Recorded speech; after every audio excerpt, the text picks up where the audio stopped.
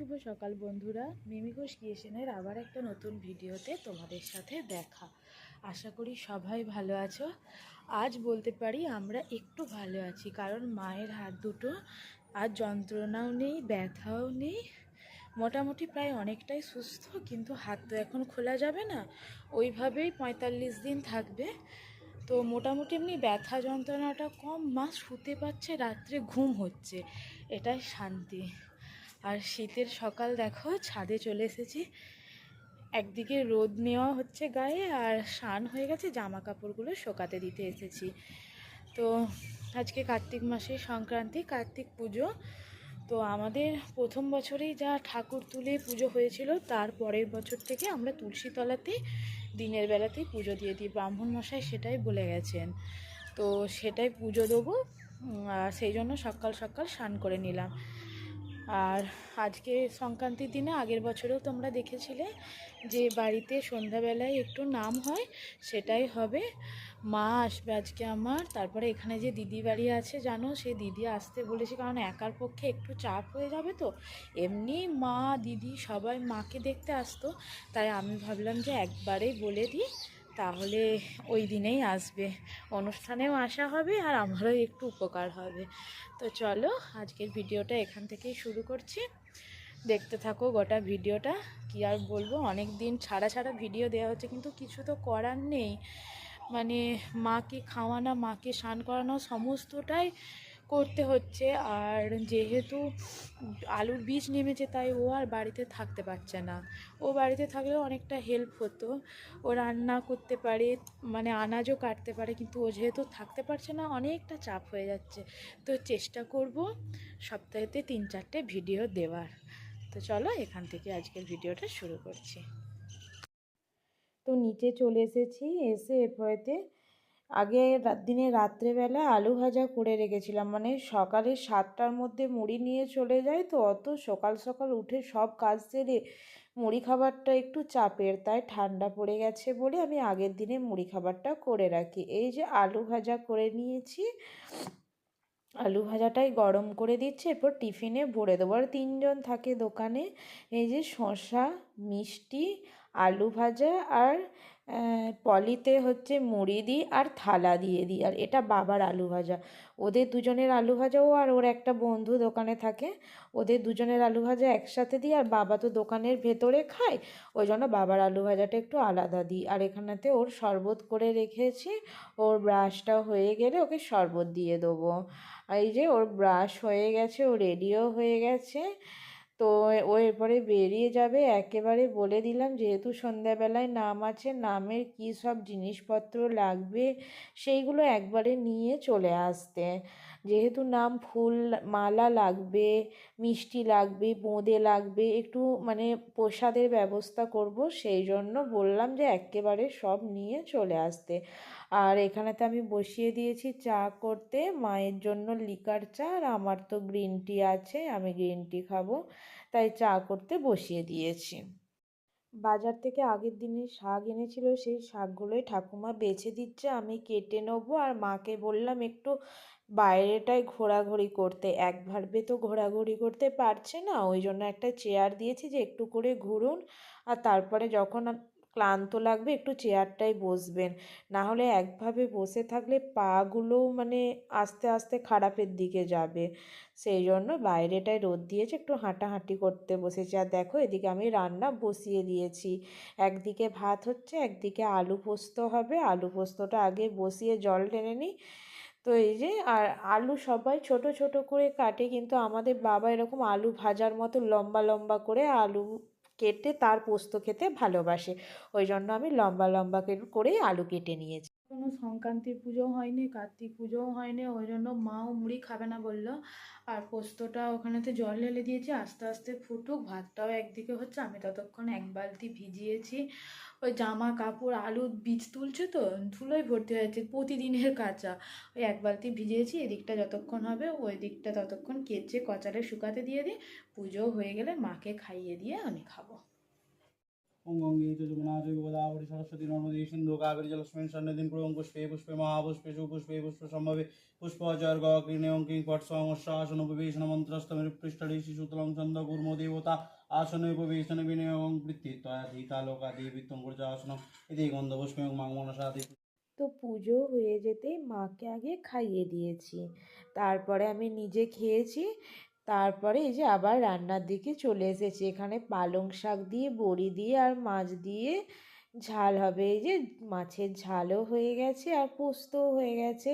ভাত তো অনেকক্ষণ আগেই নামিয়ে দিয়েছিলাম, সেটাও হয়ে গিয়েছে। এরপরে গ্যাসটা মুছে নিয়েছি, নিরামিষ কড়াতে গরম গরম বেগুন ভেজে নেবো। আমাদের এই পুরো শীতকালটায় মোটামুটি প্রতিদিন পাতেতে বেগুন ভাজা নয় পোড়া না হলে সেদ্ধ, যা হোক না যা হোক কিছু বেগুনের থাকবেই গোটা শীতকাল ভর। আর খেতেও খুব সুন্দর লাগে। বেগুন খাওয়ার টাইম তো শীতকালই, তাই না? তাই বেগুনটা নুন হলুদ মাখিয়ে রেখে দিয়েছিলাম আর মাকে মুড়ি খাওয়ার পর স্নান করিয়ে দিয়েছি। ওই জন্য মা যেহেতু মাথাটা ভিজে আছে রোদটায় গিয়ে বসেছে। আর এই যে বেগুনগুলো ভেজে নিচ্ছি। তো বেগুন ভাজা হয়ে গেতে ও খেতে চলে এসেছে, ওকে খেতে দিয়ে দিচ্ছি আগে। বাবা আজকে খেতে আসেনি, বাবার আগে ওই এসেছে খেতে। বাবা আজকে খেতে আসবে না। আসবে না বলতে বাবা গেছে আলুর বীজের জন্য একটু দূরেতে, সেই জন্য বাইরেই খেয়ে নেবে। ও খেতে চলে এসেছে, ওকে দিয়ে দিলাম। দিয়ে আমি মাকে খাইয়ে নিজেও খেয়ে নিয়েছি।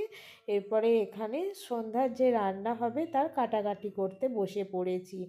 মা দিদি সবাই আসবে, কিন্তু যদি তখন সবাই কাজ নিয়ে ব্যস্ত হয়ে পড়ে তাহলে একটুও গল্প করার সময় পাবো না। এখানে মা তাই বললো যে তুমি একটু খেয়েছো, রেস্ট নিয়ে যাও না, সবাই মিলে হাতে হাতে হয়ে যাবে। আমি ভাবলাম না, এখন যদি আমি করে রাখি কিছুটা কাজ তাহলে তখন একটু সবাই মিলে গল্প করা যাবে যখন মা দিদি আসবে।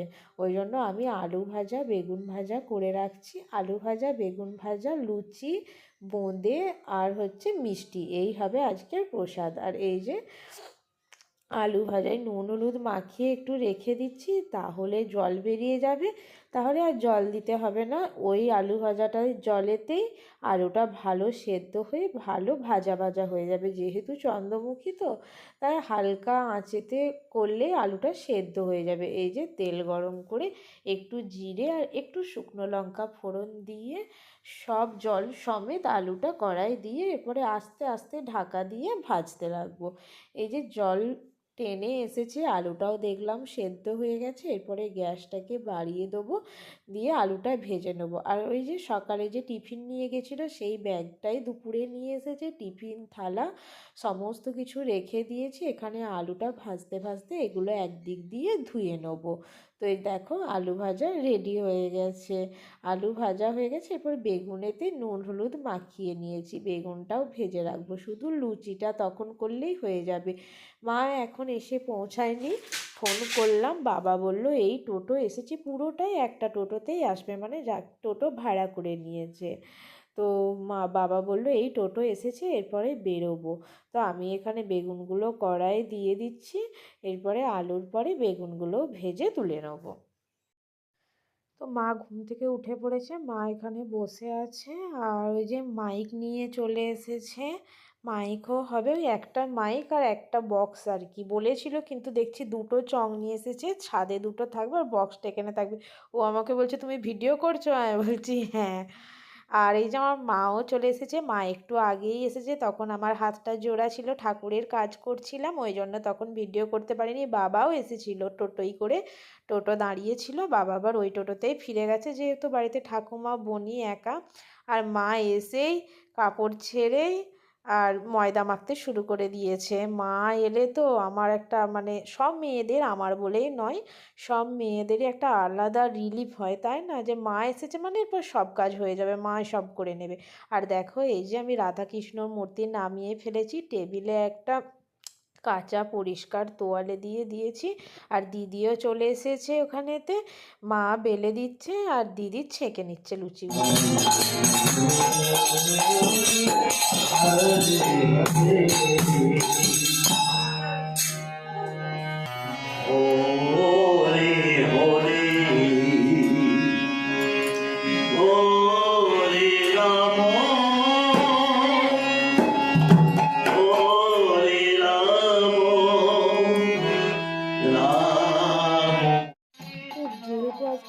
কার্তিক পুজো আমাদের পাড়া থেকে একটুখানি দূরে, সেখানে কার্তিক পুজোর নেমন্তন্ন হয়েছিল, কিন্তু আমরা তো কেউ যেতে পারবো না কারণ বাড়িতে নাম হচ্ছে। তারপরে মায়েরও ওরকম অবস্থা, তাই বাবা যাবে।